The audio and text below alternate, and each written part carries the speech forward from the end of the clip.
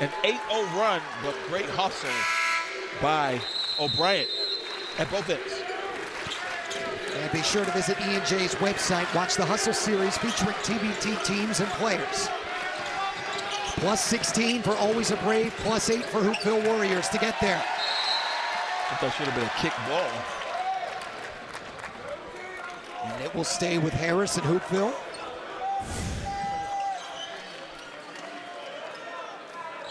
See if we can see it. Yeah, he threw it off of his foot, which is a difference. If the defender had made it, wasn't made a kicking motion, they would have called it. Agee with the turnaround, got it himself, but tracked down in the corner by Lundy. Well, O'Brien is the one that kept that ball alive for Lundy. Execution so important here in the Elam Ending. O'Brien. Cannell wanted to drop it off, got it deflected. Couldn't afford that. 2-on-2. Acceleration. Harris score it, plus the foul. Oh my goodness. And Ant-Man to the rescue here for Hoopville. Starts with the turnover and then the run out, and Ant-Man fills the wings. And Harris all the way to the cup, absorbing the contact. Second look, not a good foul by Somerville, but the right call. He ran through his lane where he was going to land. And as a result, Harris with the chance to get them just 5 points away from advancing. And Harris completes the three-point play, son of Billy the Kid. The guy who Slam Magazine called the best playground basketball player ever. That was Ant Harris's dad in Chicago. Passed away, what was 11 years ago. Bennett to the goal. And free throw line trip coming for Tony Bennett.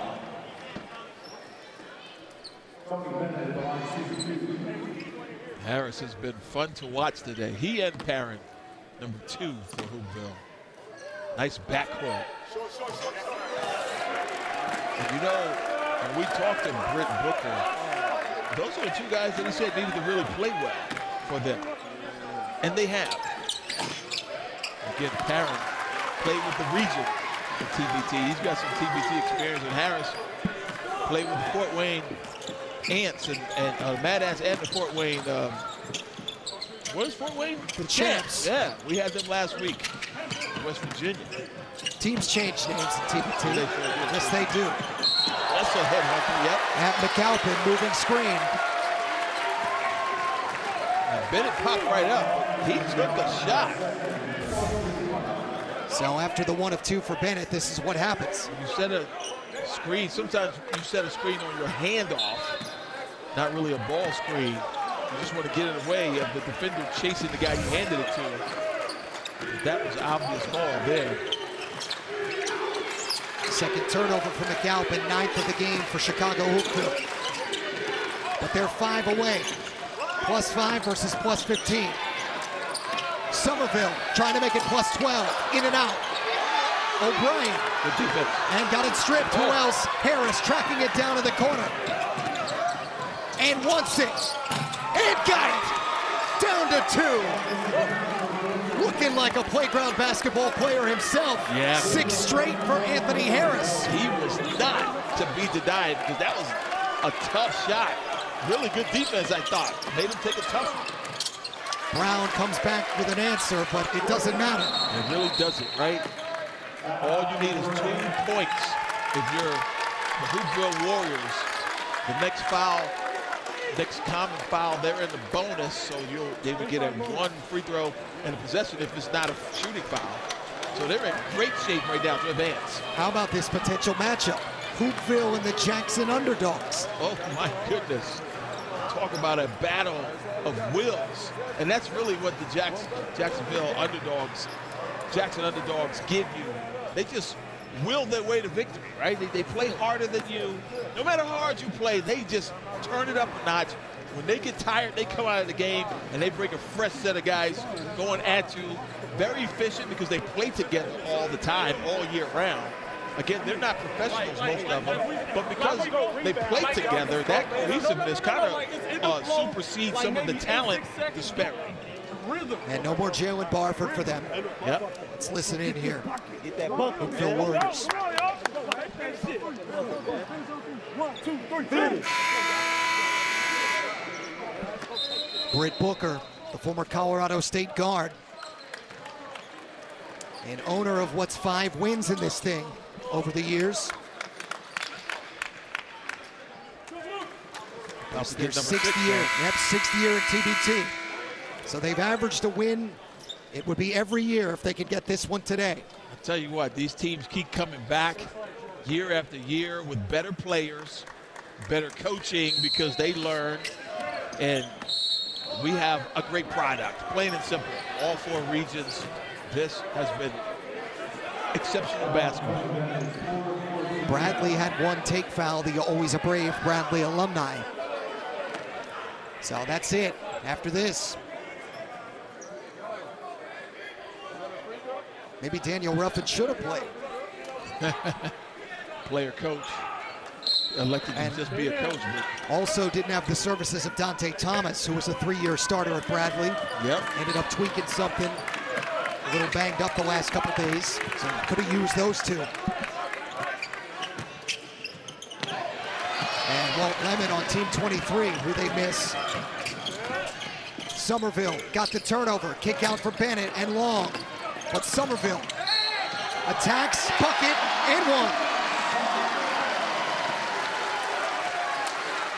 We keep saying it's kind of inconsequential, or it doesn't matter because they're only 2 points away. It's not to them. But if you keep opening the door, eventually these buckets will start to matter, and it will become consequential. But Somerville right there, a nice stick back off of a tip basketball that he found, puts it in, and he gets a foul.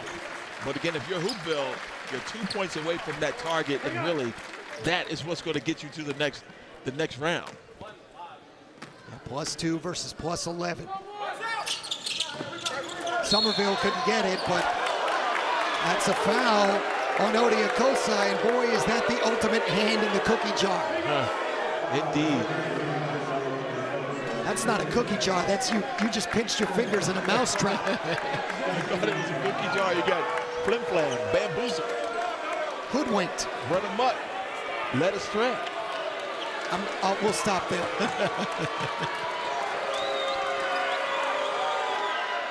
And the free throw for AG.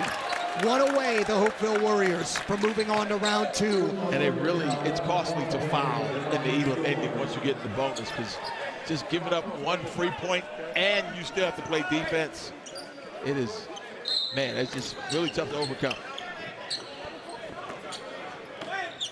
Now you want to take bets on Harris to take the final shot? I think he wants it. Nice hedge by Somerville, but has to recover. AG's open. Right to the goal, the drop off, wanted Van, but turned it over. +11 for always a brave, the Bradley alumni. Brown trying to make it +9. Instead, AG and his teammates +1 away. Harris, acceleration, lost it again. Somerville, run out. Parent on the challenge. Somerville with the rim. The door is still open. Yes, it is. It's the 8-point game. They're only 9 points away. That's 3 possessions if you hit 3s, right? 3 possessions, 3 threes, 3 stops, right? 3 stops, 3 threes, yep. Perrin leaning, in and out. Here comes always a brave. They're still alive. That's 1 stop. Now go get your 3. They were down 8 when this started. It's 8 again. Somerville attacking. Oh, right at the goal. Left it short, man. Got stuffed by the rim. He wanted a foul, but I think he just got himself off balance. Look at this. Harris almost banked it in. And Brown got fouled. He's going to the line to make this a 7-point game. You get a free throw here. And he has a chance to make them 2 more points closer to that 74-point target that we see on the top right of our screen. This is a long launch, so far down, but it doesn't go for Harris. And then they commit the bonus foul. So now you're going to give up a free point potentially to always a brave. And he missed it. But that would have helped their cause for sure. gave them 8 points away, which is where the Hoopville Warriors started this scenario, right? And a timeout. They do retain for Britt Booker's guys. Yep. I mean, you get a 3, you're still talking about a 2-possession game. Amazing. I mean, that doesn't matter quite as much, but for psyche purposes, I think it does now. Yeah. It does in this situation. I agree. It's not as much when you're talking about double digits or, you know, 5, 6, 7 possessions. They start creeping closer to you, and you stalled out, and now you're still 2 points away. Those 2 points become the hardest. Good for it. Hey, we fine. Keep chipping away, fellas. Keep chipping away. We got a guard without fouling. Yeah. We have no time to complain at the refs right now. We can't complain at the refs right now. It ain't gonna do us no good. Let's just get back. Protect the goal. Finish on 3. 1, 2, 3. Finish. Now, Daniel Rufford saying, don't worry about the guys wearing the shirts that say ref. Right. As a player, I never worried about the guys who are officiating. I worry about controlling what I can control. Daryl Brown, Tony Bennett, along with Odiakosa, Cannell, and Marcellus Somerville. Wow. Somerville and a blocking foul. Oh, wow. So do you disagree or agree? I don't know, Tim Scarborough. Look at this forearm here. So he puts it on the deck. Yeah, you know, I understand what you saw, but the chicken wing doesn't use it to make space. He was trying to, it was a basketball. Well, and now that I see it again, AG leans in first. Correct.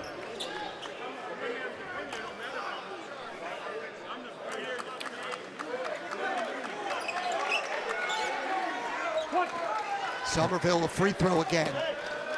Again, because he wasn't in the act of shooting, it's almost a worse free throw, and they missed. That's the second one. That's 2 points that they've left on the table. But I tell you, fouling a non-shooter is almost worse than fouling a shooter, isn't it? Giving up a free throw, and then you have to play defense again. Somerville trying to get it back, can't do it. 4-point play potentially. And Hoopville can put this away with just a bucket. And right there, anything. A very smart play that Tawan Agee tried to leak out. Now they cough it up again. 3 points. Out in front. 7 away for always a break. Close this door, Hoopville Warriors, before it never closes. From flatlining to a rising pulse here at Peoria. Yeah, this is a lot of pressure now on Hoopville Warriors as Always a Brave has crept back into, another steal, maybe. Bennett got it, but it's on the floor. Oh my goodness. Somerville. Bennett. Odiakosa couldn't handle it, they turned it over. Are you kidding me? Oh my gosh. Now can Parent calm it down for Hoopville and send this home. Still 2 points away. Pick and roll, Agee for the win, it's short. And out of bounds, last touch by Cannell. He was passing that to Marcus Van. But it's a panic pass though. There's almost too much urgency coming from the Hoopville Warriors. They are playing tight right now. And another timeout.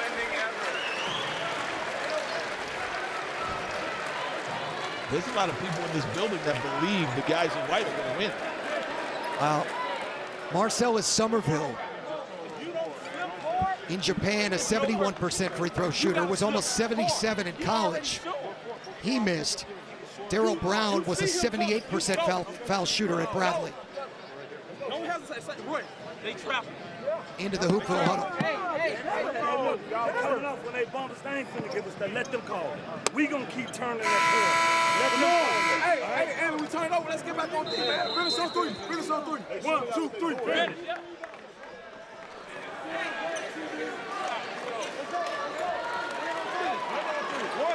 So if I'm Hoopville, I'm Britt Booker, the coach. I'm going to draw a lob to the basket to get this thing over with.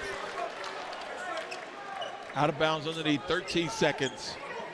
And I guess you're not worried about a carom because it's still, you're only 1 point away. Right?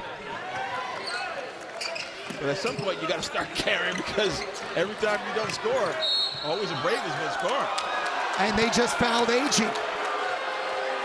And you have to be conscious of that because he's going to the line now. Yeah, and that's why, as the team leading, you want to stay aggressive and attack because getting to the free throw line doesn't give the other team the ball back. Make or miss, you get possession still if you get fouled not in the act of shooting. Agee to the line and can't convert. Who wants to win? I'm not sure anymore.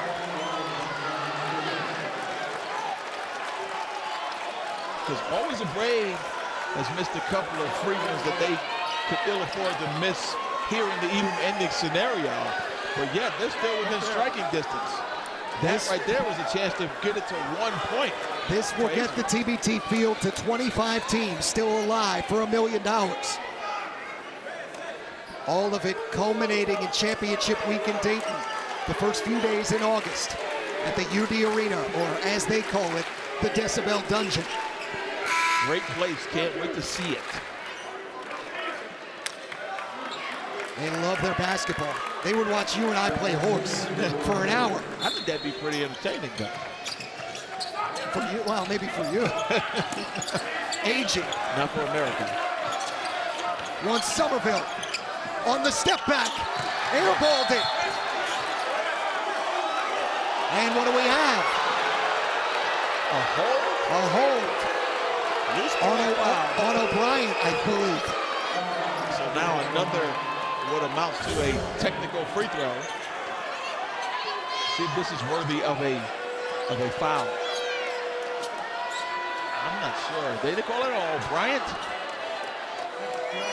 Marcus Van stepping to the line. I feel like Cannell may have grabbed him. And can't hit it himself. Man, we're still here. There's a lid on the basket, and it's a psychological one.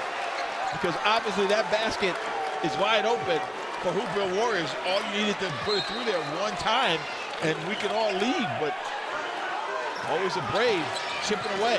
Agee wants this at the rim. Can't get it to go. Still alive. Van threw it away. It's over to Always a Brave. There was nobody there. Schuman's not in the game. He's not in the game. Oh my gosh. Schumann is not in the game. He should have just caught his shot at maybe where you wouldn't have noticed. 7 turnovers since the Elam Ending started for Hoopville Warriors. That is a major meltdown. And yet they are still in position to advance. Here comes the crowd again. 7 away for Always a Brave. 1 away for Hoopville. And Bryant's moving again. Oh, Bryant. And it's the right call, too. He absolutely trucked Royce Parent. No, but that's, and the Hoopville Warriors are wondering why they don't get a free throw. It's a player control foul. Yes. This right here, Bryant trying to dive, and before he could do it, he felt a little fly on him. That's what it feels like to him at 7 feet tall when a 6-footer or under 6-footer is on you. And he tossed that fly aside, but he got tagged with a personal foul. Once again, this time it's Parent. Can't get it to stick. Somerville still 7 away. The crack continues to widen here. Somerville trying to open it. It's down to 4. Oh my gosh! Bedlam all of a sudden here at Peoria. 1 away for Hoopville Warriors. 4 away for Always a Brave. Harris for the win. That's too high. Not close. Always a Brave can get itself to within 1 of the Elam with a 3. Brown. You don't want to foul. O'Brien. Somerville to the corner. Bennett. Kicked back out off the tap. Great job. They live again. Shot clock at 20. Everybody's on their feet now. Brown for the tie. We've got it. We've got it.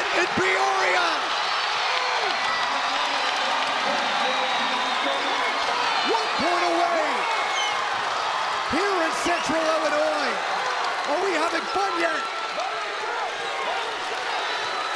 This is amazing. Perrin. And Somerville fouled him. Oh my God. Oh my goodness. If he wins on this free throw, what an anticlimax. This comeback was aided and abetted, let's not get it twisted, by Hoopville Warriors' poor play at the offensive end. But give always a Brave credit, and this bumping foul may seal it. Can't hit it from the guy who once hit 19 free throws in a game against Missouri, Kansas City. Do you think it's not pressure, folks? I know people are looking at home saying, why can't they hit a free throw? The magnitude of the situation sometimes dictate the outcome. AG, one-on-one with Somerville. And threw it away. Always a Brave can win. Bennett off his heel. I'm not sure why. Maybe Bennett wanted to go before he caught it, but that was a great pass from Brown. Wow. All those inconsequential scores and layups we talked about are now very consequential, thanks to the poor play at the offensive end by a team that had been rolling, Hoopville Warriors. Wow, this is unbelievable. Royce Perrin was an almost 79% career free throw shooter in college. 19 free throws in a game at Chicago State. Wow. Against Missouri, Kansas City.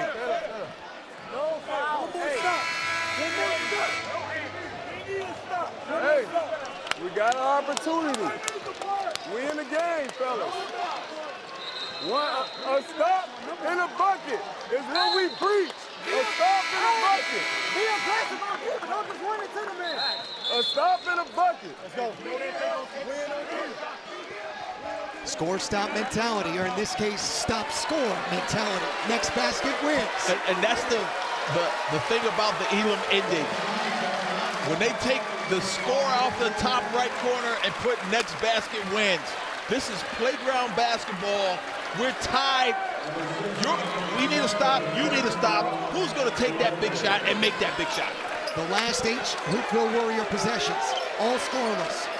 0 for 8 from the field, 7 turnovers, 0 for 4 from the foul line. Is this one the one? So the statistics play out with exactly what I said. Poor offensive execution at that end, and the door is open, but there's still a chance for Hoopville. Moving in, Spencer got it blocked. Brown, Bennett for the win. No, Somerville got it blocked. And down into the arms of Spencer. I wonder why they rushed that possession. Attack and get fouled and win the game. Once again, another look. It's long off the right side. Somerville with another rebound. Take your time, run a set, get fouled, win this game. Folks, send tea and honey to Peoria. In case you can't tell.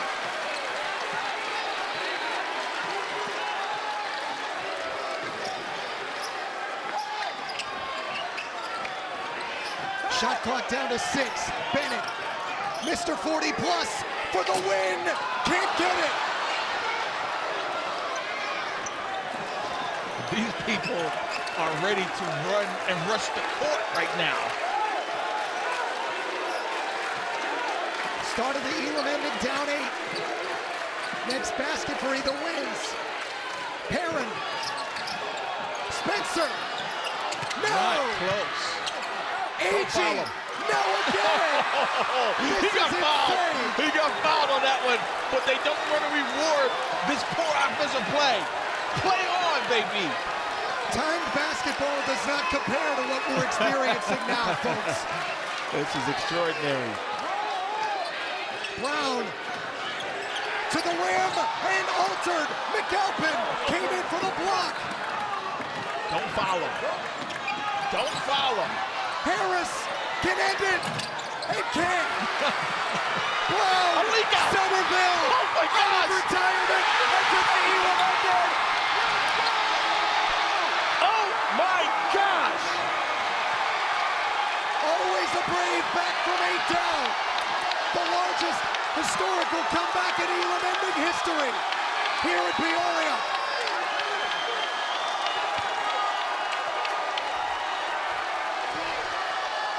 How about storming the court in TBT? Does this mean something to these people?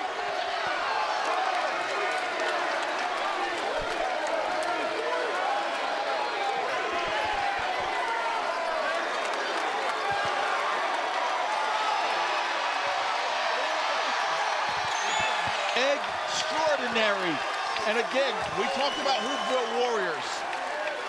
They self-destructed. That's no way else to put that. The inefficiency statistically was laid out, and it continued even after we talked about that. You got the feeling they would never score another point, not even a free throw. Amazing. Wow. The emotion in the wrong direction. 11 points for Marcellus Somerville. Here's how it happened in Elam time. A leak out, and you wonder why more teams don't do that, Tooch. Especially when you only need one bucket and you're up big. Maybe the Chicago Hoopville Warriors should have did that about 10 to 15 minutes ago. Now Peoria High School, right here in Peoria for Marcellus Somerville. One of this city in central Illinois. It's one of their favorite sons. 2 years ago in Japan, the last time he played professionally and throwing the placard up on the board. 11 of his 17 points during Elam Ending time. Give Always a Brave a ton of credit, though, because they did play the defense, and they did get the stops, and they did make the shots. And this crowd did spur them on, and nobody gave up on them. And as a result, they're heading to the next round. 30 possessions of Elam time, what it took to finally lock this up. Somerville with the layup. By comparison, that Jackson Underdogs game where they knocked House of Pain out, one more look at Somerville again, only 11 possessions of Elam time. And nobody likes it more than that young man. They rushed the floor in TBT. It's come to that. Amazing. And it sets up a matchup of the Jackson Underdogs and Always a Brave. Wow. What an evening setup that's going to be to finish out Monday night.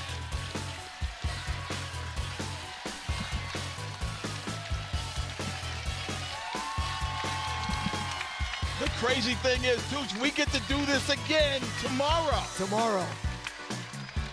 Provided we can find a honey pot and lots of lozenges. I may need a